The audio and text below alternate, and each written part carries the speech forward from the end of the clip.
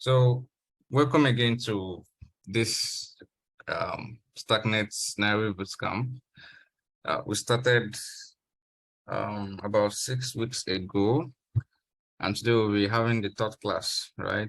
Last week we discussed, we went in depth into Snack and Stacks. We also talked about layer 2s and all, but then this week we'll dive into what layer 3s are and what are recursive proofs. So we'll have Darlington put us through in all this.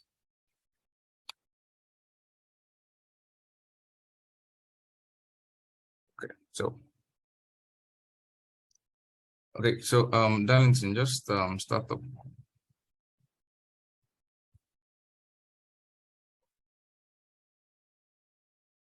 All right. Good evening, everyone. Welcome to the third class of the Starknet Nairobi Bootcamp, right? And just like Paul said, today we are going to be looking at the concept of layer trees and recursive probing. And I'll be taking the class. So my name is Darlington. I'm just going to start with sharing my screen so you can probably see the slides.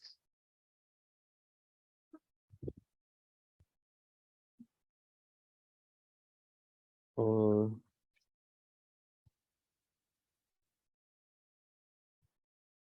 right. Hope you guys can see my screen. Yeah. Okay. So this with that. Let's just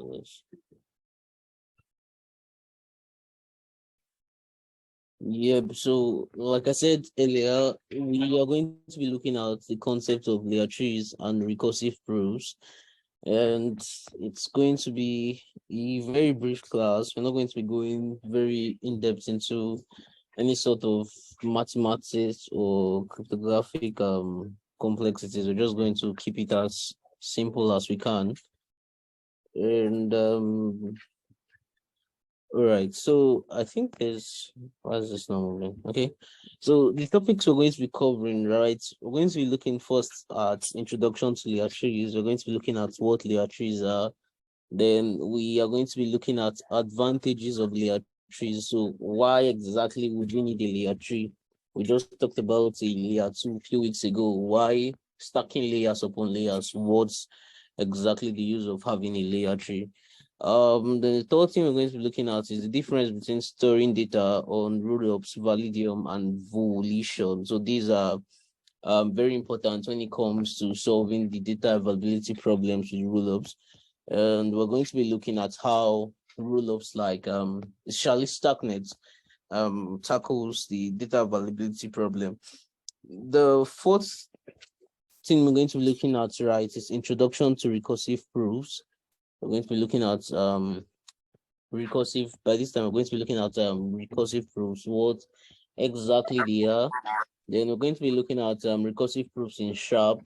Sharp stands for Starknet shared prover, right? So we're going to be looking at how recursive proofs work in Starknet shared prover to properly understand recursive proofs. And then lastly, we're going to be looking at the benefits of recursive proving in stack scaling. So what benefits does recursive proofs offer to the concept of scaling using stacks? All right. So please, as we go on, if some things are going to be very new, other things are going to seem very complicated. So if you have any questions along the way, feel free to either use the chat or probably unmute your mic and speak. I'd prefer though that you unmute your mic and speak, as I would probably not be tracking the chat very effectively. So if you can, please unmute your mic and speak. All right.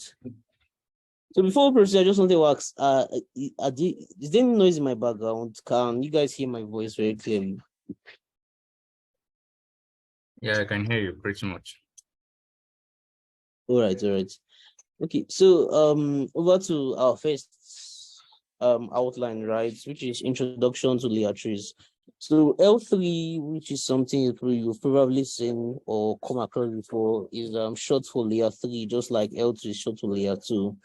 So in previous classes, we already looked at how the need for scaling Ethereum brought about the L2 wave. But now that scalability has been seemingly achieved, right? What would we need a layer 3 for? So this is what exactly we're going to be looking at in this outline. So while layer 2s like Starknet, right, have made so much progress in advancing scalability on Ethereum, there are certain applications which need specific tailoring to serve different purposes, such as privacy, better control of the tech stack, cheaper fees, and so on and so forth. So, but this cannot be easily achievable on general purpose logic systems like layer 2s, and thus arises a need for a separate layer. So, just to explain that, to explain what I just read, right? I think that was Kelvin in the first class talked about the scalability trilemma, the whole problem that brought about the ideas of L2 initially. So we're looking for a means to achieve both scalability, decentralization, security, and scalability. And like he explained earlier, using the conventional means of like creating a blockchain, right? It's not exactly easily achievable. So that brought about the need for layer 2s, right? And we saw different types of layer 2 scaling solutions, such as optimistic rollups and then zero knowledge rollups. Then I think he also talked about how zero knowledge rollups are like the better scaling option and what we really think would be the future of Ethereum scaling, right? So, but these layer 2s, right? These zero knowledge layer 2s, right? Like Starknet, ZK Sync, and the rest, they provide a means to scale Ethereum. They've probably not solved one of the key problems we face in the blockchain ecosystem. So I think one of the first things they usually tell us when you step into the L2 ecosystem, right, is that zero knowledge rollups in general, as in zero knowledge rollups, right, should not be called ZK rollups. And they explain that the reason why I should not call them ZK rollups, right, is because there's no concept of privacy in them, right? So zero knowledge rollups like Starknet and ZK Sync, they make use of zero knowledge proofs, right, to scale Ethereum. So they're more focused on scaling rather than offering privacy. So I think the only layer 2 currently that offers privacy by default is Aztec, right?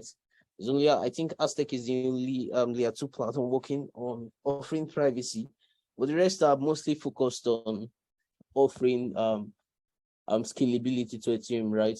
But then privacy is still something we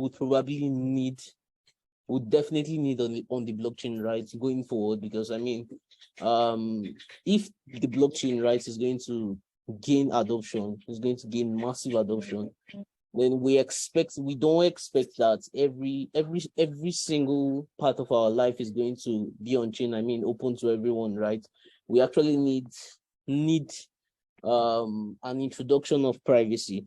So, but like I stated earlier, right, this cannot be achieved on general purpose logic systems like existing layer 2s, right? So it's not very possible to implement privacy on, let's say, on Starknet, like the base layer 2, right? Well, then that doesn't mean that it is impossible. We could actually do that if we find a way to build another layer on top of the existing layer. So just like a layer 2, let's use, in this case, Starknet is like our primary example of what we are looking at, right? So in this case now, Starknet is built to offer scalability to the base layer, right, Ethereum. So what if we need privacy, then we'd probably need to introduce another layer on top of Starknet that should be focused on privacy. Now, these and more reasons are why layer 3s are very necessary to the ecosystem. And not just that, with layer 3s, we could build platforms that have very, very cheaper fees that are almost close to non-existent. And we're going to be looking at how that works, right? And you also have, you can also build custom layers, right? That gives developer better control of the tech stack and so many more. All right, so like I stated here, right? Layer 3s are to layer 2s, what layer 2s are to layer 1s. So what I mean by this is, right, just like layer 2s where layer 2s were built on Ethereum to improve Ethereum scalability, right? Layer 3s are also built on layer 2s to improve something on the layer 2. It can either be focused on getting cheaper fees or focused on offering privacy and so many more, right? So this means that it's possible to build extra layers over a layer 2 using validity proofs, so far the existing layer 2 can support a verifier smart contract. Now this is where things begins to get tricky, right? Because I believe either in the first class or the second class, we looked at how Starknet's architecture works by default, right? And we know that there is a verifier smart contract on Ethereum that is responsible for verifying zero knowledge proofs that are generated from the traces that are gotten from the computations you carry out using Chiron Starknet, right?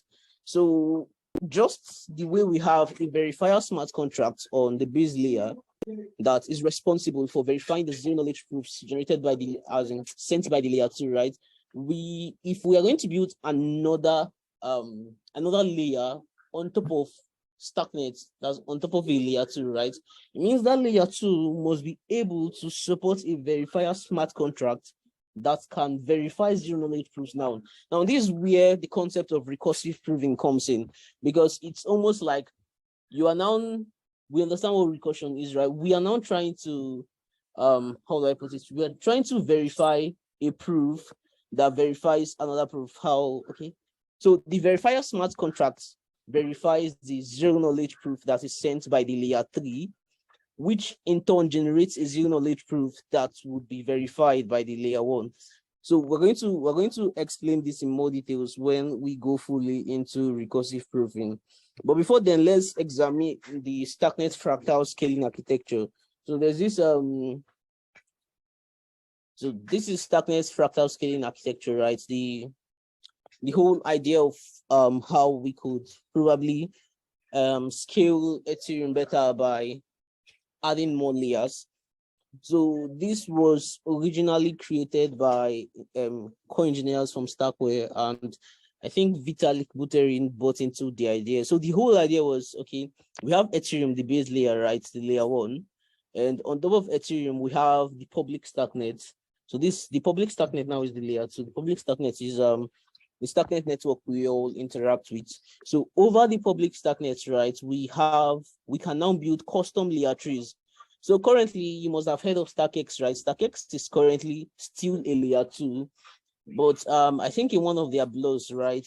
In one of their blogs, Starkware talked about their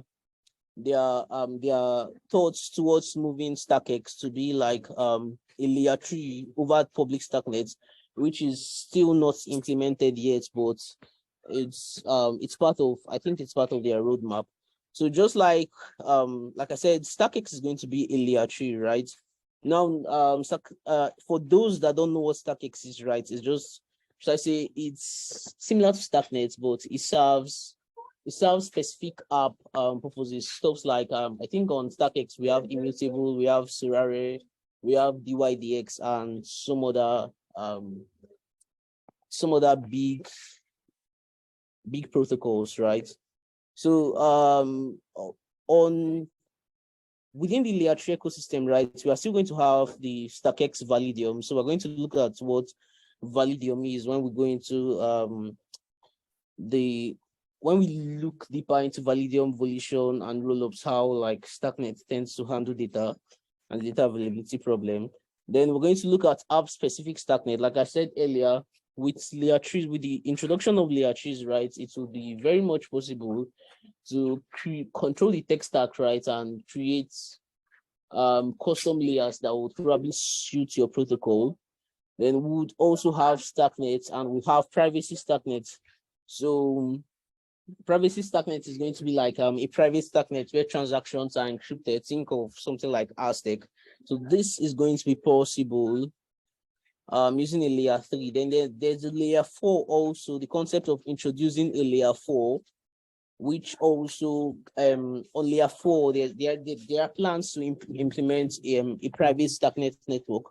So but layer 4s just work with the same concepts of layer 3s, right? That's recursive proving. And so that's what we're going to be looking at understanding by the end of the class. So we're going to be looking at some advantages of layer 3s, right? So the first advantage the layer 3 presents, right, is hyperscalability. So L3s can actually leverage the multiplicative effect of recursive proving to further scale existing layer 2s.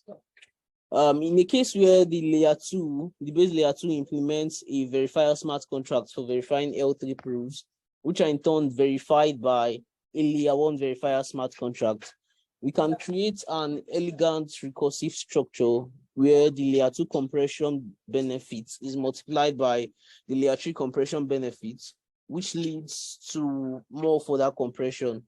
So just think about it like this, right? Like I told you, using the concept of recursive proving, the layer 2, right, scales the layer 1. The layer 1 has a verifier smart contract that verifies the proofs that are sent from the layer 2, right? So for the layer 2 to host another layer, it needs to be able to like to hold a verifier smart contract. So the layer 2, in this case, Starknet, holds a verifier smart contract. That verifier smart contract can be a Cairo contract. Think maybe in the case of Giza, it can be, like I said, it can be Cairo smart contract. The verifier smart contract can be a Cairo contract that verifies the zero knowledge proofs. That's the proof sent from the layer 3. So in that way, you would see that we are getting more, you could say we are getting more scaling, right? Fees become way more cheaper because if the layer 2, in this case Starknet, scales the base layer by 1,000 times, and then the layer 3 scales the layer 2 by 1,000 times, we are now seeing like 1,000,000 times in cost reduction over the base L1. So like I said earlier, you'd find out that apps built on layer 3s, right, over Starknet, Starknet in this case is the layer 2, right, would experience way more cheaper fees when compared with the base layer, right? The fees will be so cheap that it will be almost inconsiderate, because I mean you are achieving like 2 times, in this case, like I said earlier, you're achieving a multiplicative scaling effect, right? So just like we explained earlier, I'm just going to say it again, right? If the layer 2, in this case Starknet, scales Ethereum by 1,000 times, right, the layer 3 will scale the layer 2 by 1,000 times. So when you compare that to the scaling effect, when you compare the layer 3 to the layer 1, right, you see that you're getting almost 1,000,000 times in cost reduction over the base layer. So the second advantage that sorry, I'm just going to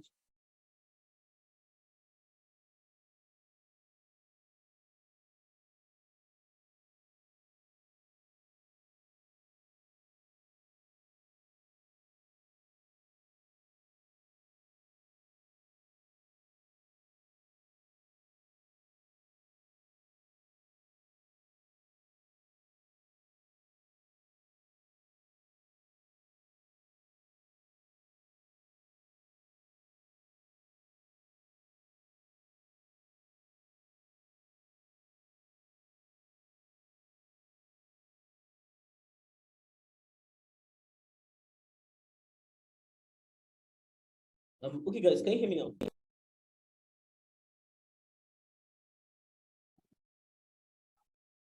Yeah, Paul, can you hear me? Yeah, I can hear you. Let's see if we need to take the now. All right, I'll just continue from I where I can hear you. started, right? Okay. So the second advantage, right, Leatrice presents is better control of the tech stack. Okay. It's better control of the tech stack. So, like we said earlier, with the concept of layer trees, right, you could introduce more application tailored layer trees that can in turn help developers build more deterministic applications with better performance and probably less cost. It also gives developers a means to like test new features that are not available for general compatibility, and in most cases would give you custom data availability models like Validium, Volition, or on-chain. So we're going to be looking at these three data availability models in order to further understand how the concept of layer trees can enable developers, for example, build applications that can help, let's say, users, in this case, probably choose, like, for example, in the concept of volition, which combines the advantages of Validium and storing on chain, right? It can give developers a custom means to choose where their transactions are stored. You probably don't understand this yet. You will look at explaining these custom data availability models. But the whole idea is that with layer trees, right? Application developers are provided a better control of their tech stack.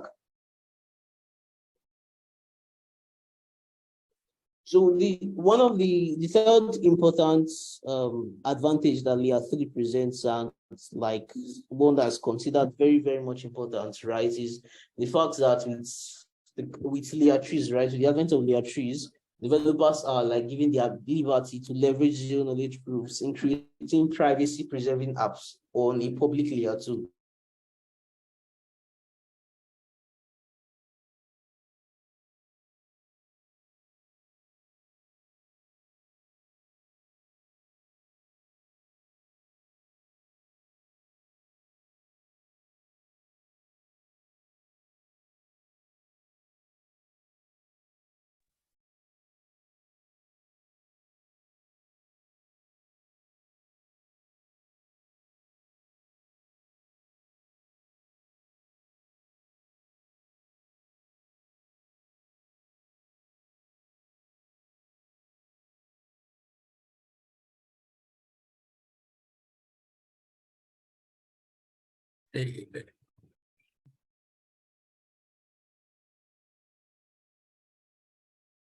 Okay, so I think Darlington is having network issues and he'll be back in a minute.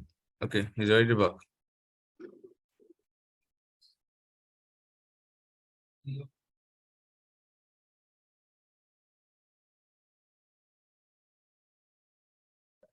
Okay.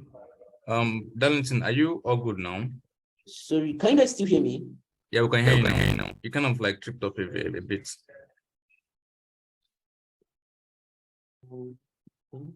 Sorry.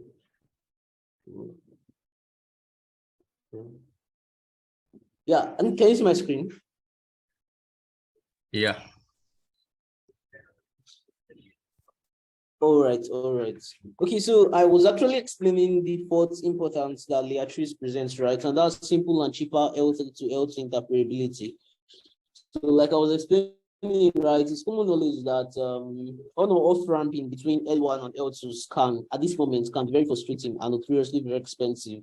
So you probably bridge tokens using, let's say, Ethereum using Stargate. You notice that, for example, when fees are high on Ethereum, right, going from Ethereum to Starknet can be very, very much expensive, right? And it's, would I say, it's not very consistent and can be really, really very frustrating. But in contrast, L3 to L2 interoperability, right, will not only be cost effective, but it will be way simpler to implement. So L3 to L2 interoperability, like I said, it will be very, very, very much cheaper and very, very much more consistent than probably what we have today between L1 and L2, right? And the latency of moving assets also would be very much lesser between L2 and L3s, even though that the cost and the throughput will be very much comparable. So moving assets, right, from L2 to L3 or from L3 to L2, like I explained, will be very, very much more cheaper. It wouldn't be, the fees would be cheaper, and not only cheaper, the fees would also be consistent. And implementing, let's say, bridges or on or off ramping mechanisms, right, within an L3 to L2 application would definitely not be very difficult. It will be way simpler to implement as compared to what we have today between L1 and L2s. So that's like one other advantage that's having L3s, right, presents to the ecosystem in general. So we're going to be looking at custom data availability models, right? Rollups versus Validium versus Volition. We're going to try to understand how these data availability models work, their advantages and probably their disadvantages. So one of the biggest issues, right, we face within the ecosystem is like the data availability problem. One of the biggest issues we face within the ecosystem is the data availability problem. So there are three approaches to data availability for Stack Pros, which we are going to be looking at. But before I explain the data, before we move on, right, when I talk about the data availability problem, we mostly talk about, for example, when you create, let's say you carry out a transaction on Starknet, and just like we understand the rollups, right, these transactions are batched and a proof is generated and posted to Ethereum.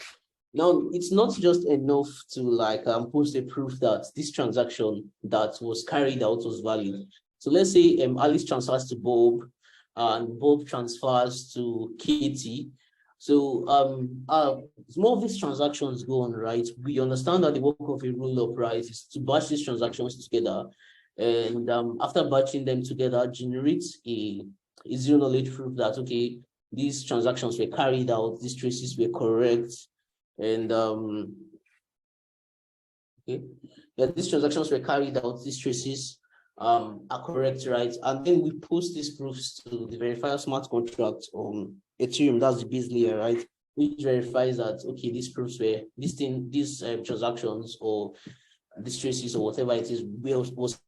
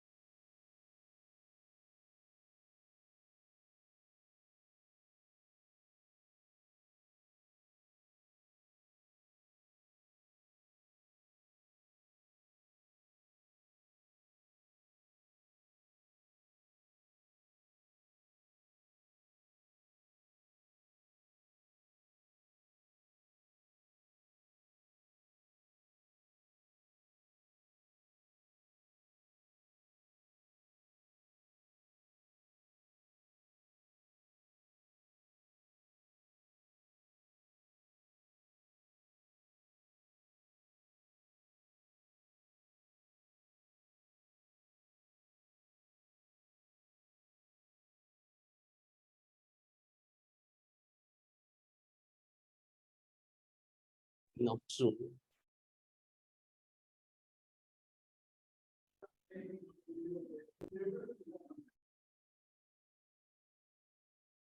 I think I just got disconnected again. The network is going to be bad. Sorry, Paul, can you hear me? Yeah, I can hear you. Sorry, I'm going to just share my screen again. My network is pretty bad. So I had to change positions, but still really misbehaving. Okay. Yeah, so I was explaining the data availability problem. I don't actually know where I stopped. Could someone please tell me, or should I just start from the beginning again, or did we get more correctly? Can you guys hear me? Yes, I can hear you. I think you were explaining Validium. before you went off the call.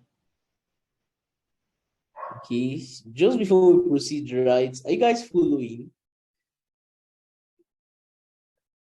Because I just checked the chat and there are no questions. And when there are no questions, either means two things. Either means we are understanding or we are not following. So which of them is it?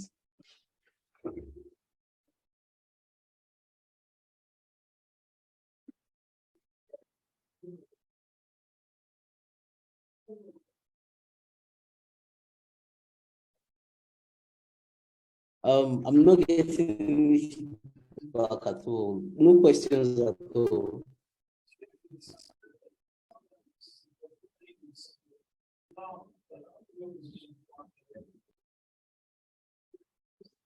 All right, then I would assume we'll probably understand and we'll just move on. But if you have any questions, you could always use the chat or unmute your mic to speak, right? So I was explaining the data availability problem, right? And I was saying that for in the case of rollups, right, and most L2s, I was saying it's not just enough to like probably batch transactions, generate a proof, and probably post to the layer one that okay, these transactions were carried out successfully and were carried out correctly, right? And honestly, for just the layer one to verify, right? But we also need a means to like we also need the data associated with those transactions, right? So in a case where we want to reconstruct the state for that particular transaction at any point in time, we should only probably in a case where the data available for, let's say, like I explained earlier, assuming Bob makes a transaction and transfers it to Alice transfers it to Katie, right? It's possible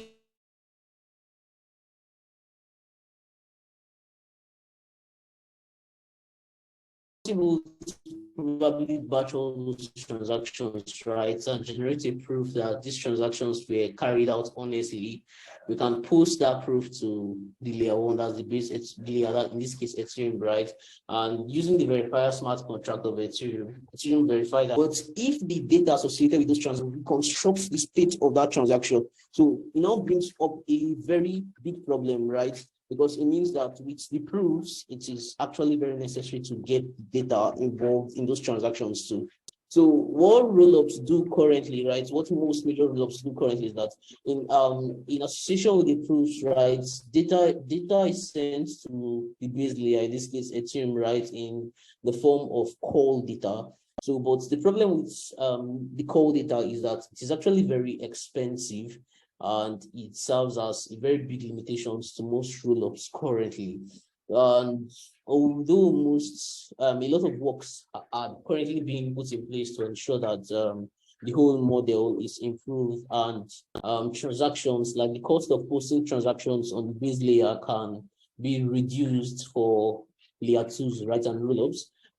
For example, there's the EIP 4844, which was proposed and which is currently still in works, right, which involves posting data to L1 in form of logs, right, rather than call data, which is very much way cheaper. And there's also sharding, which will probably take place sometime in the next coming years. We are not sure when, but we know that EIP 4844 will definitely be implemented before sharding comes in, right? So there have been different means devised by the Starknet team, right, in order to solve the data availability within the Starknet ecosystem. That's the data availability problem within the Starknet ecosystem. So the first is that the conventional means, that's using rollups. So what rollups do is like data is published directly on chain. So with rollups, every data goes on chain, right? When I say on chain, I mean on Ethereum. So together with the proofs. So this means that you can always recreate the state of the ledger by only interacting with Ethereum. But this has cost implications. Like I said earlier, call data is actually very expensive, and storing data on chain using call data is no big joke. So it is not actually a very scalable approach. So the second approach to data availability, solving data availability issue, right, is is Validium. So Validium aims to be like a cost-effective scaling option, which involves storing data with what we call a data availability committee, rather than storing it directly on chain. Now, what a data availability committee is, right, is like a group of independent members that come together and oversee the state updates as well as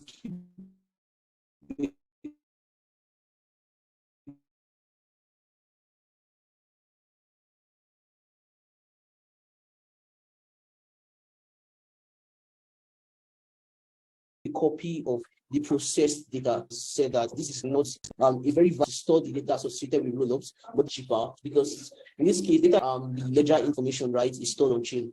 So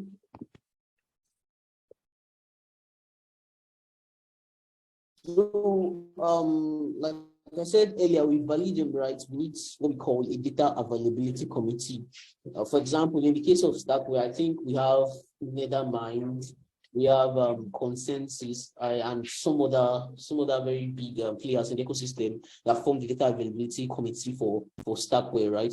And the whole idea is that these guys are in charge of storing the data, and in case any data is needed, you can actually request it for them, and you can always get data from them to like reconstruct the state of the ledger. But he also has this downside because most persons will say it feels like you are trusting another person you are trusting the data availability committee, right, to perform honestly, because in a case of dishonesty, it is possible that the state of the chain, like the state of the whole chain, the state of those transactions can be misplaced or lost. So the way it works on Validium, right? If you need to withdraw your funds from the layer 2, you can do that by interacting with Ethereum. So yeah, you can do that by interacting with Ethereum, but you're going to first require a digital signature from one of the members of the data availability committee, which uses cryptography to prove that you have ownership of the funds in question. So like we said earlier, these guys, they store the state, so they store the data, right? So they know who owns what funds and who does not own what funds. So let's say you currently you store your data using Validium. Let's say you are interacting with a decentralized application that stores users' data on Validium, right? When you want to withdraw funds from that application, that decentralized application, right, you would need the digital signature of one of the members of the data availability committee, right? You're going to need a signature from one of the members of the data availability committee. Now, this signature, what it does, right, is it cryptographically proves that you have ownership of the funds in question. Because if this is not effectively implemented, it means that a lot will go wrong, right? As Bob can probably withdraw funds that belong to Alice, and Alice can withdraw funds that belongs to Katie. Now, this data availability model has two very important upsides, right? It has two important advantages. The first is that they are actually very cheap. Using Validium to store the data from a Rollups is very cheap because this time around you're no longer pushing data on chain using cold data. So it is cheap. The second is that it provides confidentiality, it provides a little bit of privacy, as people can no longer access the state of the chain or probably read the data available on the chain from the blockchain. So those are the two major advantages of Validium. Now, the third one, which I consider a better option, right, is Volition. So what Volition aims to do, right, is Volition aims to be like a stand-in between Validium and Rollups. So the way this works, right, is it tends to provide a choice between storing data on the boots at the transactional level. Now, why I find this very fascinating is that, for example, when users want to carry out the transaction, right, they can decide whether they want to store the transactional data associated with that particular transaction on chain or with the data availability committee. So if you are storing it on chain, you can definitely inform the user the consequences of storing the data on chain. So in a case where, for example, you could use the blockchain for a lot of things, right? In a case where you feel like this is very important and you probably not want to trust the data availability committee with, let's say, this data, or with being honest with this data, right? You can decide, okay, I'm going to post this on chain, but I know that the cost associated with this transaction is going to be high. But now you are willing to pay the price because probably this is a very important transaction. So you can also decide probably to store your data, the data associated with your transaction, using the data availability committee. If you decide, okay, I want to prioritize cheaper gas fees over security, you can decide, okay, I'm going to store it to data availability committee. A good idea or a good example to illustrate this is, let's say you were buying a very highly sought after NFT, let's say like the BC NFT, right? And you want to make sure that the data associated with that transaction is backed up or supported or secured by Ethereum, right? We want to pay, besides if you could pay that much amount, right, to purchase that base NFT, you would not mind paying a little more, right, to like secure the data on Ethereum. So, but let's say in the case where this time around they are purchasing a very cheap NFT that just came across, well, and you bought it, right? You purchased this cheap NFT. You could decide, okay, I want to store the data associated with this particular transaction using the data availability committee. So that's the beauty of Volition, right? It provides a choice to the user at the transactional level. So he also does this by keeping one ledger on chain and another with the dark. So there's a ledger on chain and there's a data ledger with a data availability committee. So the user of the dApp decides where he wants to store his own data. All right. So the concept of these data availability models, these custom data availability models we just looked at, is going to play a very key factor in understanding layer trees. Like I said earlier, layer trees gives us the opportunity to probably build a custom application, right, that suits the developers, should I say the developers idea, right? For example, like I decide, okay, for this layer tree, right, I do not want my data to go on chain, like probably as it's currently done on the public Starknet network, on the current layer 2 Starknet network, right? Every transaction you carry out goes on chain, right? You could decide, okay, for this application, I want to give users the opportunity to choose wherever they want their transactions to go. So they could decide, okay, I want to store it with the data availability committee, or I want to store it on chain. So that's one of the many advantages that layer trees present. So next up, we're going to be looking at recursive proofs, because this is a very important concept to understand. If we are going to be understanding layer trees, right, we need to understand recursive proofs and how exactly they work or function. So, but before I proceed, right, I want to really be sure that we are all following, because if you haven't followed thus far, I promise you get lost as we continue. So if you have any questions, please ask.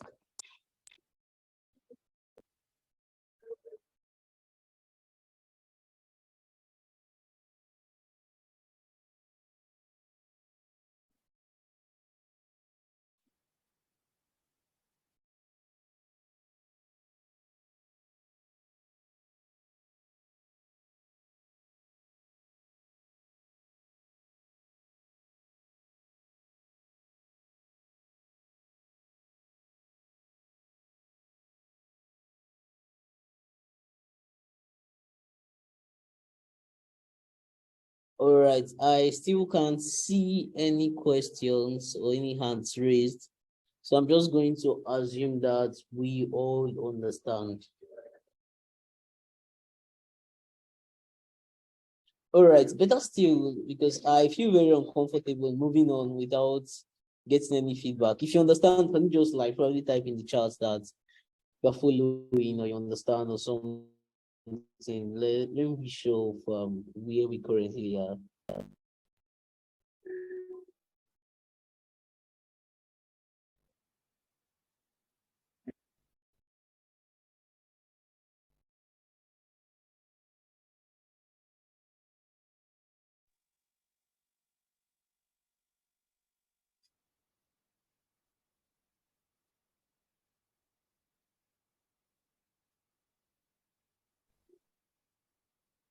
Okay, I'm still not getting any feedback in the chat too. Make sure you guys are hearing me. Yeah, we can hear you.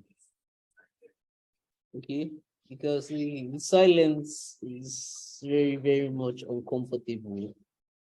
I don't know if the concepts are too difficult to understand or I'm probably not explaining it better.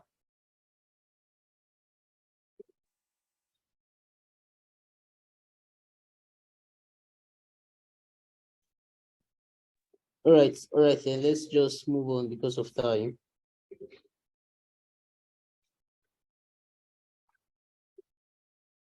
So before moving on, right, now I want to fully look at understanding the concepts of recursive proofs, right? But before we move on, it's very important to note that the concept of recursion in proving does not look like what you are probably used to in conventional programming. And this can be very confusing, but when we talk about recursion improving, right, which to some extent I think is a very lame name to actually give it, because in this case with recursive proofs, right, there's no call stack growing in size. So you do not have any call stack growing in size, you do not have any function being called repeatedly. So why in the world would you call it a recursive proof? Well, that would be left for whoever names the concepts to probably explain. But then when we talk about recursive proving, right, we refer to a means by which we verify proofs within proofs. Now, this can be very confusing. But like I explained earlier, right, when we were talking about layer trees, in respect to layer 2, right, I told you that for you to build a custom layer 3 over a layer 2, right? That layer 2 needs to be able to support a verifier smart contract. So just like we have a verifier smart contract on the base chain, Ethereum in this case, where L2 layer 2s send their proofs, right? And it's probably verified. In order for us to build a custom layer 3 over that layer 2, right? The layer 2 also needs to implement a verifier smart contract, which also takes proofs from the layer 3 and verifies that this proofs is correct. Now, where the concept of recursive proving comes in is that the verifier smart contract on the layer 2 is like a recursive prover, because it takes in the proof generated by the layer 3, it verifies that this proof is correct. And out of it, it creates proofs that are sent to the verifier smart contract on the layer 1, right? Which is in turn verified by the layer 1 to be correct before data is properly settled, right? So one of the blockchains, like one of the very popular blockchains, right, that implements this concept is Mina. So Mina uses the concept of recursive proving to compress the blockchain, which is an infinite growing structure, down to a constant size of 22 kilobytes. And I mean, that's very crazy, because if you think about it, we know that blockchains grow in size, right? Blockchains grow in size. For example, the size of Ethereum in 2015 is not the current size of Ethereum in 2023, right? So if you're probably going to run a full node, you're looking at downloading over like 850 gigabytes of data, right? But then we look at Mina, which uses which takes in a lot of transactions, but yet still maintains a constant size of 22 kilobytes. I think it's actually the smallest blockchain in the world. That's exactly how they achieve that that huge feat, right? Using the concept of recursive proving. So to further understand like the power recursive proofs hold, right, we'll be looking at how it's applied to the shared prover on Starknet for improved scaling. And probably if after we are done, probably you are still confused about the concept, right? You could probably check out how Mina implements recursive proofs. It would give you a lot of insight into how recursive proving works. But for the purpose of this bootcamp, since we are focused on Starknet, we're going to be looking at how recursive proofs can improve the shared prover, that's the shared prover on Starknet. So recursive proofs in Sharp. So the shared prover on Starknet, right, is what takes transactions from several dApps, it aggregates them, and it generates a single stack proof. So when we talk about rollup, right, this is the whole concept behind rollups. So transactions are batched. As transactions go on, transactions come in, these transactions are batched.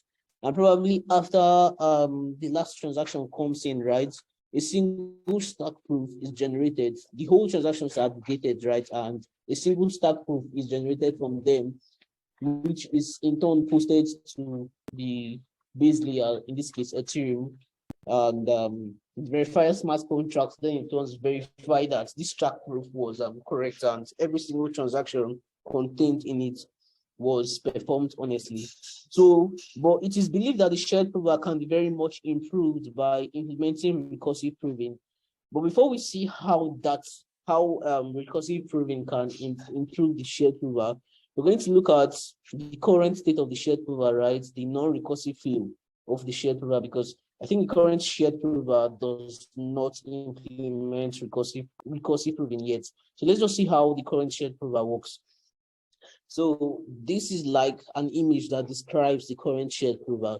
So we have different statements coming in. Consider the statements transaction data, right? So yeah, transactions that are being executed on Starknet, right? So we have a statement 1 coming, we have statement 2 coming, we have statement 3 coming, we have statement 4 coming. Now this bootloader is what combines this proof, right? Consider this bootloader like the shared prover. So it aggregates this proofs coming in, right? This trace is coming in, and it generates a single proof. So the proof now it generates now, you can see here, is the proof 1, 2, 3, 4, which is then posted to the solidity verifier.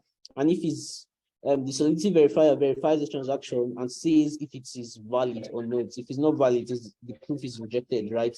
Now, the problem with this current state is that, I think there's a certain number of transactions that can go into the bootloader, right? And the bootloader probably definitely has to wait for these much statements. So let's say this bootloader takes in 4 statements to generate a proof, right? It's going to wait for each of the 4 statements to come in, regardless of the time. And when it is in, then the proof is generated. But this is very linear, and we could say it is slow. So this model can definitely be improved. Probably we could create an improved model where proofs are generated in parallel. Now let's see how exactly that will work, right? Let's see how that will work. So in the non-recursive flow, just like as we saw there, right, from previous slides, statements arrive over time. So when a certain capacity or time, that's when a certain threshold is reached, right, a large combined statement, that's a tree, is generated. So this combined statement is proven only once all the individual statements have been received. This is what I was saying earlier, right? So these combined statements can only be proven once all the individual statements have been received. Now, this takes a long time to prove, roughly the sum of the time it takes to prove each statement individually. But proving extremely large statements, right? In this case now, proving extremely large statements is eventually limited by the available compute resources, such as the memory available in the bootloader. So prior to recursion, this was one of the big limitations that scaling using stack presented, right? It was a very huge limitation. But with the introduction of recursive proofs, we can see how we can improve this model, right, to be more efficient. Now, this is how how the shared proof will work, right, with the concept of recursive proofs. So with recursive proofs implemented, right, this is how the shared proof is going to work. So we are going to have each statement generates a proof in real time. So statement 1 generates a proof, statement 2 generates a proof, statement 3 generates a proof, statement 4 generates a proof. Now, once 2 proofs are generated, right, it is automatically passed into a recursive verifier statement. Now, this recursive verifier statement is a contract, is like it's a Cairo contract. Let's say it's a smart contract that can take in 2 proofs and generates a proof out of it. So this is a recursive model, like this verifier contract implements a recursive model. So rather than, unlike the solidity contracts, that's the solidity verifier here, we just takes in a proof and outputs whether it is valid or not, right? This other verifier statement, this verifier contracts now, it takes in proofs and it generates a proofs out of it. Now, this cannot just take in 1 proof, right? I think the minimum is 2 proofs. So it takes in 2 proofs, aggregates them, okay. It takes in 2 proofs, it aggregates them, passes them through the verifier statement, and generates a single proof out of them. So as you can see here, statement 1 and 2 generates proofs in real time. Now this proof 1 and 2, right, passes through the recursive verifier statement, and a proof is generated from the boot. As you can see here, also statement 3 and statement 4 generate proofs in real time. These proofs generated by statement 3 and 4 is passed into the recursive verifier statement, and a central proof, that's proof 3 and 4, is generated out of the boot. So as you can see, this it doesn't end there, right? It continues. Now this proof 1 and 2 and proof 3 and 4 is in turn passed into the recursive verifier statement contract again, and this would continue until we have just a single proof. So let's say we had probably more proofs here, right? This chain, or this process is going to continue in real time, right, till we generate a single proof out of them. Now, when we compare this, right, to the previous model, this is the previous model, right, where we had to wait for each statement to come in, then we'll combine the statements into one general statement, a combined statement, right, and generate a proof out of it. We see that this is way more effective, as proofs are generated in parallel in real time from each of these statements. These proofs are passed into the recursive verifier statement, another proof is generated. If the proof is not a single proof yet, there are still more proofs. Those proofs are aggregated again and passed into the recursive verifier statements in real time until we arrive at a single proof, which is then posted to the solidity verifier. So as you can see, in the same way that we write like a Cairo program that proves the correctness of thousands of transactions, right? We can also write a Cairo program that verifies multiple stack proofs. So in this case, we can generate a single proof attesting to the validity of multiple upstream proofs. Now, this is what we call recursive proofing, right? So as you can see, multiple upstream proofs. This is like an upstream proof, right, passed into the Cairo contracts. This verifier contract, like I said, is a Cairo contract that can verify stack proofs, right? It is passed into it, a proof is generated. These two are aggregated, passed into it, a proof is generated, and that continues till that process continues, right, in real time, in parallel, till we get to a single proof. So this concept now is exactly what we call recursive proving. Like I said earlier, recursive proving is it's the ability, right, to create proof of proofs within proof. So like we just using this to explain it, right? A proof is passed into a verifier contract, and another proof is generated out of those proofs that were passed in initially, unlike the normal linear process we are used to, where you pass proofs into the solidity verifier and valid or invalid is generated. So in this example, like I said earlier, 4 statements are sent to the shared prover, possibly from 4 different sources. We can have more statements sent to the shared prover, right? We can have more statements sent to the shared prover. So these statements are each proven in parallel. Then each pair of proofs is validated by a recursive verifier statement, which is a carrier program that verifies the stack proof. This just explains what I explained previously, for which another proof is generated, right? And this continues, that process just continues until a single proof is generated. Now, this single proof now can now be finally submitted on chain to be verified by a solidity verifier smart contract. So we're going to, the next thing we're going to look at, right, is the benefits of recursive proofs in stack scaling, right? So why in the world would we want to implement recursive proofs in the shared prover, right? What are the benefits this presents, right? The first is reduced on-chain costs. So with recursive proofing, right, we achieve compression of multiple proofs into one, which implies lower on-chain verification cost per transaction, where each statement may include many transactions. So with recursive proving, like we explained earlier, right, we are compressing a lot of proofs into one. So proofs are generated, we aggregate them, generate proofs out of them, and we just continue that way till we get to a single proof. Now, this goes a long way in improving, as in reducing the verification cost per transaction, as each statement or each proof includes many transactions. So the second benefits recursive proving presents, right, is reduced latency. So the recursive proving pattern, it reduces the latency of proving large strings of statements, as incoming statements can be proven in parallel as opposed to proving an extremely large combined statements, which we can see here.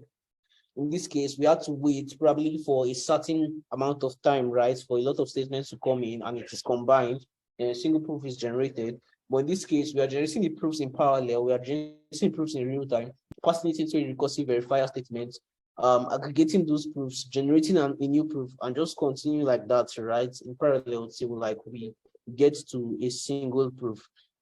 So that's the second benefit of recursive proving, the fact that it reduces latency.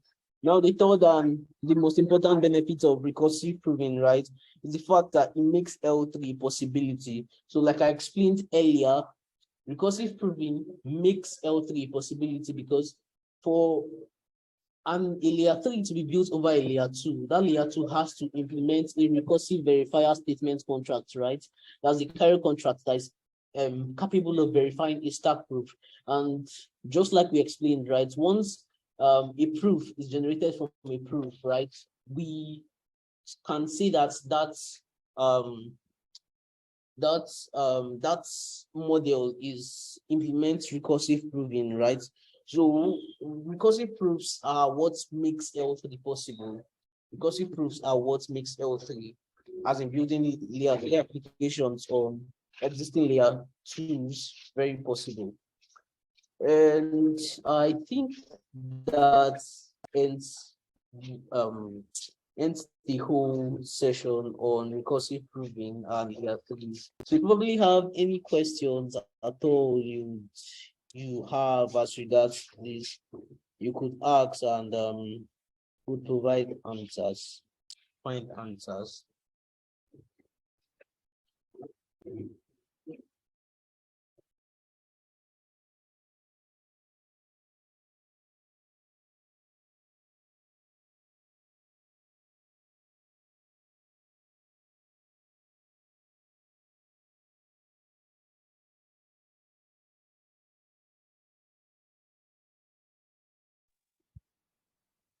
Hello. I hope you can hear me well. So thank you guys for attending today's class. Thank you so much. Yeah. So I hope you've really enjoyed it. We would also be announcing Cairo 1 classes.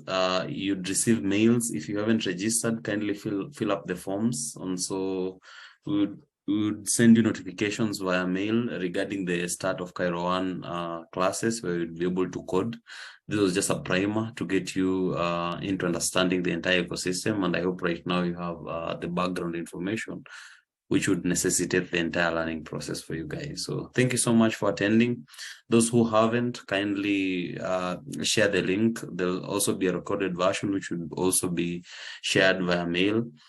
Yeah, thank you. Also keep on engaging with the group, ask questions, and then we grow together. So kindly check out for the notification regarding the start of our Cairo 1 code classes. So thank you so much. Paul, I guess that's it for me, unless you have our... Yeah, that's all good. So just like you said, we are going to, this is the introductory part of the class. So we are going to send out emails within this week or next week to update you guys on when the actual Cairo class will start, like going in depth in Cairo is going to start. So look out for our email within this week or next week. And for the assessments, if you have not attended the assessment for week 1 and week 2, just try and attend them, because we'll have a look at them and send out responses within the week as well. So thank you all for joining the class today. We'll see again soon.